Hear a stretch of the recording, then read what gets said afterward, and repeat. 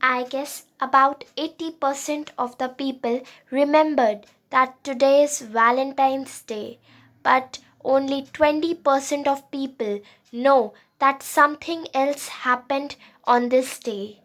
Since 14th February 2019, we call this day as the Black Day of India because we lost our 40 CRPF soldiers on this day.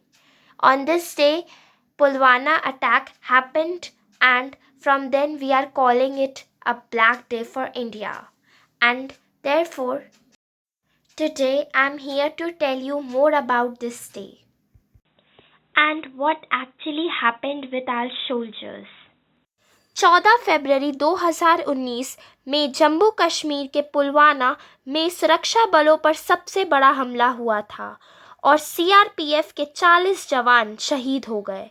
यह हमला उरी में हुए आतंकवादी हमले से भी बड़ा था। आज का दिन गुलाब का होता है, जब लोग हाथ में गुलाब लेकर वैलेंटाइंस डे मनाते हैं, लेकिन इस दिन हमारे जवानों के हाथ में गुलाब नहीं, लेकिन बंदूक थी। ये वह जवान थे जिन्होंने गुलाब की जगह बंदूक को विकल्प में चुना। दुर्भाग्य की बात ये थी कि इन्हें अपने आखिरी समय में बंदूक उठाने का समय तक न मिल पाया।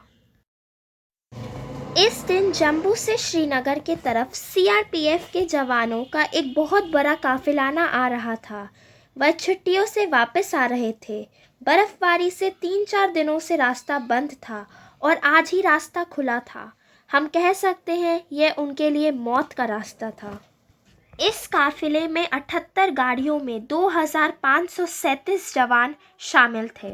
दोपहर में 3:30 बजे सारी घटना हुई और हमले में शामिल एक बस इस चपेट में आ गई। यह सुसाइडर बमबार यानी आत्मघाती आतंकवादी ने विस्फोटक से भरी एक कार से जवानों के बस को टक्कर मारी। आपको बता दें, इस हमले को अंजाम देने के लिए करीब 300 किलो से ज़्यादा विस्फोटक का इस्तेमाल किया गया था।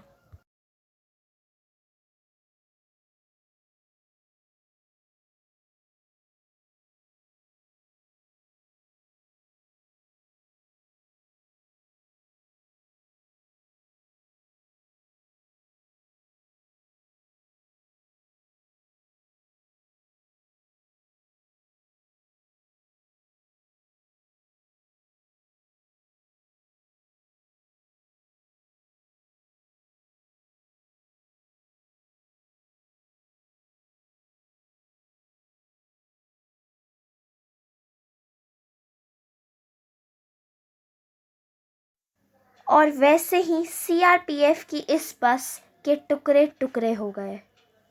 जिस बस पर हमला हुआ उसमें मौजूद जवान 76वीं बटालियन के जवान थे। जितने भी सैनिक बच गए उनको इन आतंकवादियों ने फायरिंग के द्वारा मार दिया। क्या कभी अंबर से सूर्य बिछड़ता है, क्या कभी बिन बाती दीपक जलता है।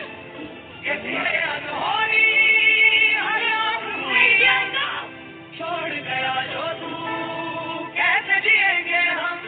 तू ही किनारा, तू ही सहारा, तू जगदारा, तू ही हमारा सूरज, तू ही तारा।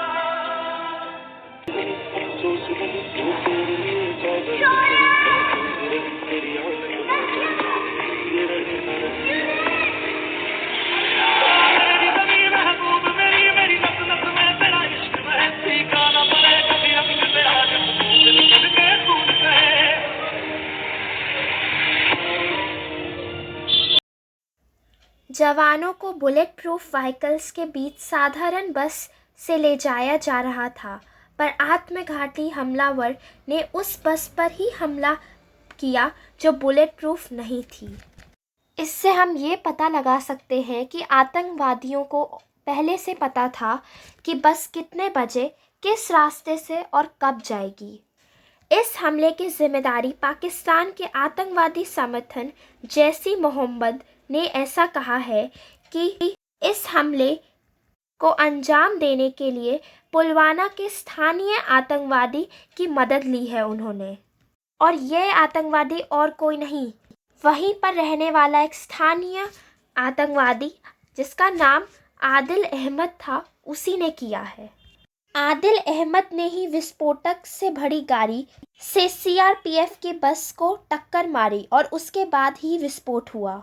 उन्होंने इस हमले के लिए पुलवामा के स्थानीय व्यक्ति को ही चुना ताकि वह साबित कर सके कि भारत में जम्मू कश्मीर में रह रहे लोग ही सुरक्षा बलों के खिलाफ हैं, और यही उनकी सबसे बड़ी रणनीति थी। यह आज तक का हिंदुस्तान के शौर्य पर सबसे बड़ा हमला था। हम सब के लिए शायद ये दुख समझना काफ़ी मुश्किल हो, क्योंकि ये दुख वही समझ सकते हैं जिस पर ये असल में बीता हो। जैसे एक पत्नी जिसने अपने पति को खोया हो, एक माँ जिसने अपने बेटे को खोया हो, या एक बेटी जिसने अपने पापा को खोया हो। इसीलिए इन साहस जवानों को कभी ना भूलें जिन्होंने अपने परिवार तथा आराम को छोड़कर अपने देश को चुना हो। अंत में मैं आप सभी से उन जवानों के लिए कुछ पंक्तियाँ कहना चाहूँगी। वतन से मोहब्बत कुछ इस कदर निभा गए, वतन से मोहब्बत कुछ इस कदर निभा गए, मोहब्बत के दिन वतन पर जान लुटा गए।